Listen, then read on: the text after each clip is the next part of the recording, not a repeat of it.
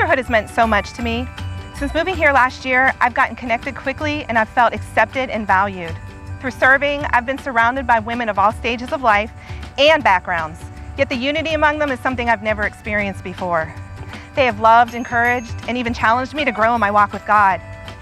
I've gleaned so much wisdom from Pastor Carrie and the other leaders. They've empowered me to reach out to other women and develop future leaders. I love my sisters at Celebration. They're not just friends, they're family. I am Sisterhood!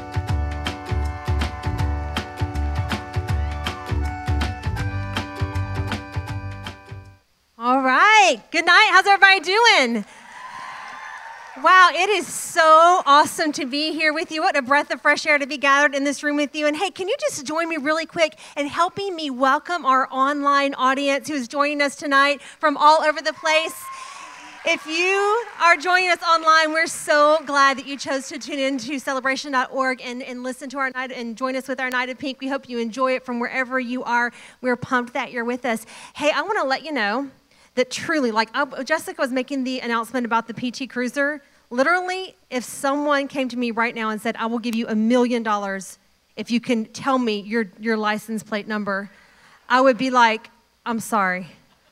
I have no idea what my license number is. No idea. I would just get up and be like, I have that kind of car. I need to go out just in case. I always wonder, do people really, that's when people go, there is this kind of car with this, I think, do people really know their, if you know your license plate number by heart, raise your hand right now. Oh my gosh, I'm so not the only one. There's only 10 of you in here. I feel so much better now, so much better. Okay, and I see someone that has pink hair. I'm kind of glad to hear that, but it is nonetheless so awesome. Will you stand up and this lady is awesome. We love your hair. That is great. And I had to just give that a little shout out because I'm actually was thinking about my message tonight, and I was kind of thinking about women. What is it about? What are some things that women we kind of create our identity around? And as you do, you go down rabbit trails of stuff.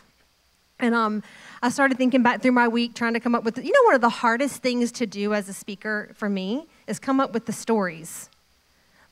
Yes, I can open the Bible and teach verse by verse for hours. No problem there. Stories, they stump me every time. So I'm trying to come up with a story. Because to your own life, your own life doesn't seem interesting. So you're like, nobody wants to hear about that. Nobody wants to hear about that. I don't even want to hear about that. That's my life, and I don't even want to hear about it again. So, I was kind of racking my brain. Well, last Wednesday, I was in the airport, and I had this long layover. I was on my way back from Dallas, and I had this long layover. So I'm sitting down in the Atlanta airport, discovered a great new place to eat with actual good salads. I was so happy about that. And I'm sitting there eating my salad, and this man walks by, and he goes, "You have movie star hair." I was like, "Yes, I do. I do have movie star hair. Thank you for noticing." About time someone did. But, it's funny because, I'm nothing if not practical. I'm one of these people that can size myself up and not get emotional about it and not feel like, I can say I have this going for me. I don't have this going for me. I'm not tall. No big deal. I know how tall I am. It's not a secret to me. Not tall. Tell you what else? Not skinny. Not fat. Not skinny. It's okay. I know what I look like. I have a mirror at my house. I look in them sometimes. It's cool. Okay, so one of the things I've always had going for me is my hair. I've always had good hair. But when I was in 9th grade, I had this friend, and she was actually, she was my best friend from the time I was 9 to the time I was 16. And she was like, have you ever seen that cartoon called Pinky and the Brain? Okay, she was Pinky. I was the brain. And she was just the movies where you've got the glamorous girl and then you've got the practical best friend. That was us. She was tall and thin and the long flowing blonde hair, just always perfect. And I was her bookish best friend with glasses. I used to have glasses. I got LASIK before it was LASIK. It's when they used to literally slice your eyeballs with X-Acto knives. But I was the bookish best friend, and she had this great idea because it was the 80s, and what was in the 80s was spiral perms. Does anyone here old enough to know spiral perms? All right. So there was this new technique called spiral perms, and she convinced me, this friend, Pinky, she convinced me to go get a spiral perm with her. It was the beginning of 9th grade, like the first 9 weeks of 9th grade. And I thought, this is awesome because I'm going to come into 9th grade and I'm going to own 9th grade because I'm going to have the best looking perm that anybody has ever walked in those doors with. So we went, but here was the problem. We went to get our perms done, right? But we didn't have a lot of money. Our moms made us save up our allowance, and that's okay when you're like actually have a job, but when your allowance is $5 a week, it takes a long time to save up. So we didn't have a lot of money, so we went to this, it was a beauty school. It wasn't like a beauty shop. You know where this story's going. So, beauty school. We sit down and I look at my friend, and I don't know if you know this, I've got like my hair is super thick. It's really, really thick. So it's hard for even real experienced hairstylists to deal with, thick and coarse and long. And I noticed that as we're sitting there, my hairstylist, she just didn't look the same as my friend's hairstylist. I don't know what it was that gave it away, but I noticed that my stack of rods was like twice as high. And I just thought, you know, she's the professional, almost. And I'm just not going to, because you know, when you're 14, you don't talk to your stylist like, hey, what are you doing? You're just like, oh, you just bow your head and pray, God, please let my hair come out okay. So anyway, long story short, at the end of the session, we walk out. They undo our hair. You know, they do the whole, like, take out the rods and rinse. That stuff stinks so bad. Does they even still make perms anymore? They still, okay. So anyway, we turn around. It was like, you know, on those fashion shows, makeover shows, and they turn you around to the mirror. And they turn my friend around, and I see them turning her around. She looks like Meg Ryan, and When Harry Met Sally, just, you know, curls, just beautiful, long curls. And I'm like, oh my gosh, Lord, please let my hair look like this. Please let my hair look like this. Okay, turn me around. Face the mirror. When I tell you, poodle mullet. Not kidding. It was so bad. No, I'm not joking.